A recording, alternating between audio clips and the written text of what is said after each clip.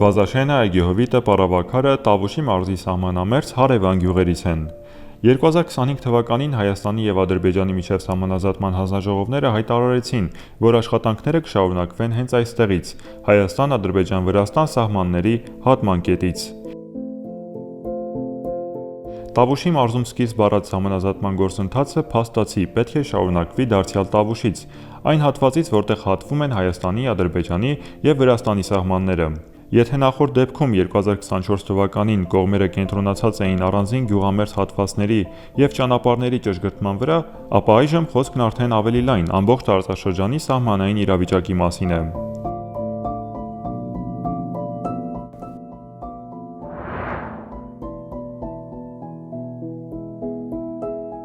Բերդ համայնքի Պարավաքար գյուղն անմիջապես սահմանակից է Ադրբեջանին։ Այն գտնվում է մայրաքաղաք Երևանից 178 կիլոմետր, իսկ պետական սահմանից ընդամենը մոտ 2 կիլոմետր հեռավորության վրա։ Գյուղը բազմիցս ենթարկվել է հրետակոծությունների եւ ռմբակոծությունների։ Թեպետ վերջին տարիներին գյուղի ուղղությամբ սահմանային միջադեպեր չեն արձանագրվել, այնուամենայնիվ անվտանգության հարցն այստեղ դեռ առաջնային է։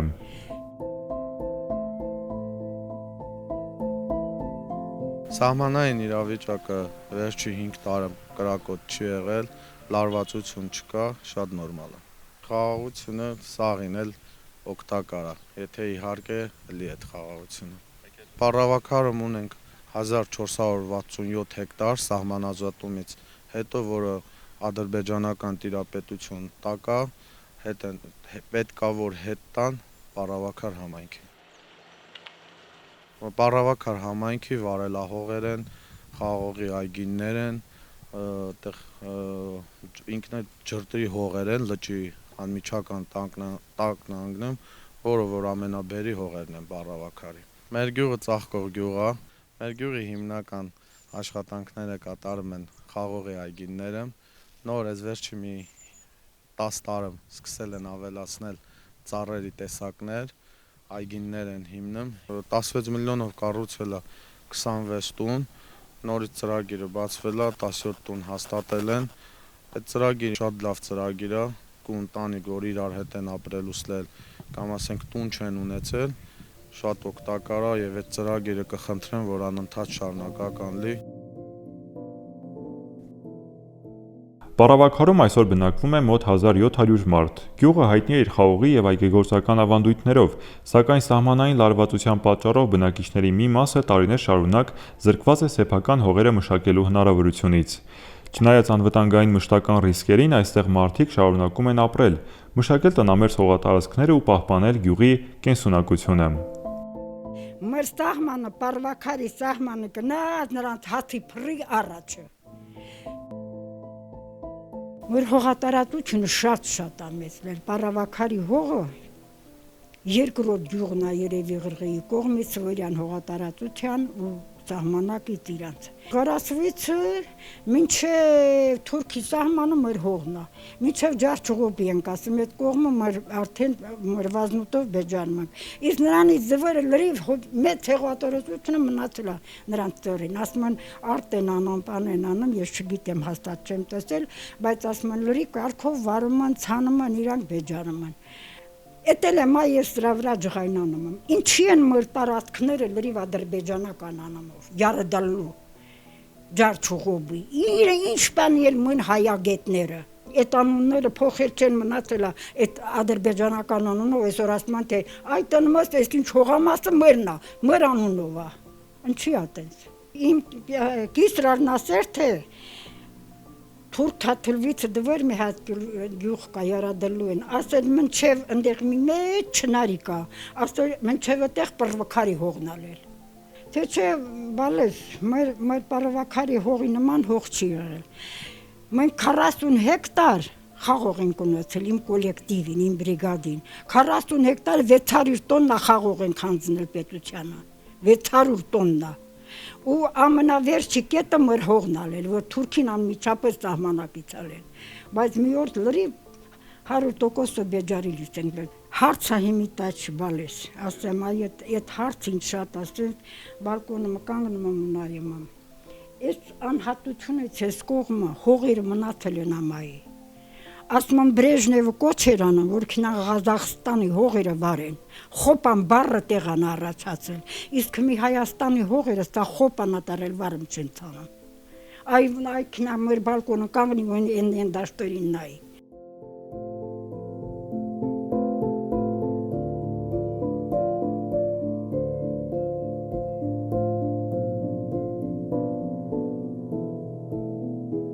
Պարավաքարում գարնանային գյուղատնտեսական աշխատանքներն են ընթանում։ Սահմանամերձ լինելու պատճառով գյուղի շուրջ 1400 հեկտար հողատարածք արդեն 3 տասնամյակ շարունակ գտնվում է ադրբեջանական վերահսկողության կամ էլ անմիջական դիտարկման տակ, ինչի հետևանքով սահմանափակվել են գյուղատնտեսական աշխատանքները։ Խորհրդային տարիներին Պարավաքարը հայտնի էր հատկապես խաղողագործությամբ, այգեգործությամբ եւ անասնապահությամբ։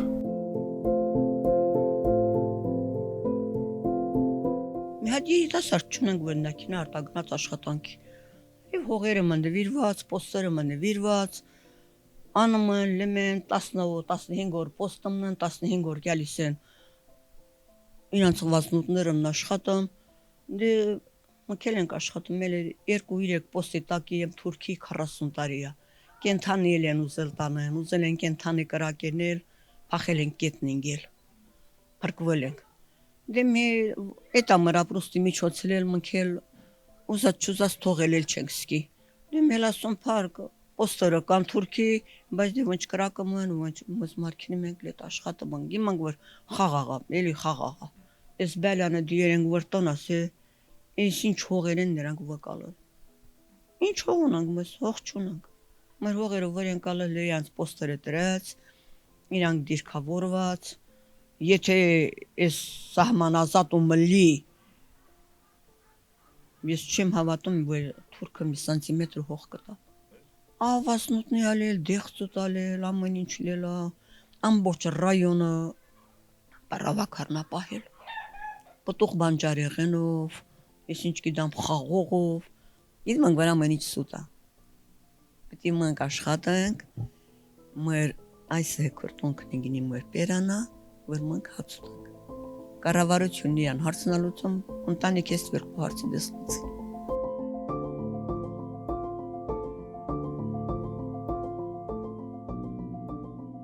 Տավուշում դժվար է գտնել մի գյուղ, որը պատերազմի հետք չի կրել։ Այս գյուղերն իրենց պատմության մեջ բազմիցս առերեսվել են սահմանային լարվածությանը։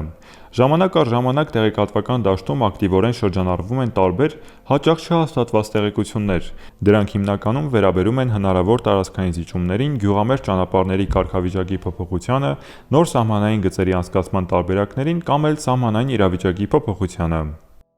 Սահմանազատման թեմայի շուրջ տարածվող կեղծ լուրերը հատկապես զգայուն են սահմանամերձ բնակչության համար։ Դրանք լրացուցիչ տագնապ են առաջացնում, խորացնելով առկան անգստության ու անորոշության զգացումը։ Սահմանի մոտ լինելն ազդեցություն ունի նաև մարդկանց աշխատանքի ու եկամուտների վրա։ Հա, դե հիմնականում ասենք մեր բարեկամները, որ քաղաք են, զանգում են, հարցնում են, ասում են սենց բան կա, դա ասում ենք չէ, հանգիստ է, խաղաղ է, նորմալ ամեն ինչ։ Սահմանային կյանքը վերջին տարիներին կգնահատենք լավ, հիմա խաղաղ է, կրակոցներ չկան, մարդիկ հանգիստ են իրենց աշխատանքները կատարում, այն ժամանակ ասենք դե մենք էլ խաղողի այգիներ ունենք, պատերազմական 20 թվականին, որ պատերազմ էր, վախենալով էինք այգիներ գնում, հա, մենք մի անգամ գնացինք մեր այգին, թուրքերը սկսեցին կրակել, ես ու ամուսինս էինք, մնացել էինք այգում, չէինք կարողանում տուն գանք, որովհետև կրակոցներ էր, բայց 20 թվականը դրանից առաջ, հա, հազիվ մի կերպ տուն եկանք, հա, բայց հիմա խաղաղ է, հանգիստ աշխատում ենք մեր այգիներում, դե 90-ական թվականների պատերազմների մեր հողերից ասենք մնացել են Թուրքին, դե հիմա ասենք դա չեն գնում, իրանցն է արդեն այդ հողերը, բայց շատ մարդիկ կան, որ իրենց այգիները հենց Թուրքի պոստին մոտ են, բայց մշակում են, աշխատում են մարդիկ, դե հանգիստ այդ կրակոտ չկա, չեն վախենում, հա, մեզ էլ ունենք մոտ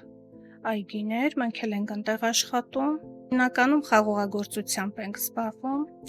Պարավաքարը կուզեմ ես տեսնեմ առաջին հերթին խաղաղ, բնակչությունը ել ավելի շատանա, շատ երեխաներ ծնվեն, մշակութային կյանքը ավելի ակտիվանա, մենք էլ շատ միջոցառումներ ավելի կազմակերպենք։ Այս խաղաղությունը շատ ծանր, շատ դժվար գնով է ձեռք բերվել, բայց մենք առաջինը ենք զգում խաղաղությունը, դա ինչ է։ Որպես սահմանամերձ, երկար տարիներ անընդհատ կրակոցներ, մեր հողերն էլ քանի որ սահմանի վրա էին, գարնանային աշխատանքները այնքան դժվար էր անցնում, անընդհատ մարդիկ չգիտեին գնան աշխատանքի, թե չէ։ Հիմա որ ասում են դե խաղաղություն կլինի, չի լինի, իհարկե դա մենք չգիտենք, բայց մենք զգում ենք խաղաղությունը։ Մենք քանի որ երկար տարիներ ապրել ենք այս լարված վիճակում, չէ, նման տիպի համացանցից չի կարելի ամեն ինչը համացանցից օգտվել։ Եղել է, որ զանգել են, հարցրել են, բա կրակոցներ կա, բա ասում են այդտեղ ինչ որ բան կա, ընդհանրապես շատ սուտ։ Տավուշի սահմանամերձ գյուղերում մարդիկ ապրում են իրենց սովորական առօրյայով, մշակում են հողը, հետևում եղանակին ու միաժամանակ սահմանին։ Այստեղ սահմանային ցանկացած փոփոխություն կամ հայտարարություն առաջին հերթին ընկալվում է առօրյա կյանքի տեսանկյունից, ինչ ազդեցություն այն կարող է ունենալ մարդկանց անվտանգության, աշխատանքի և վաղվա օրվա վրա։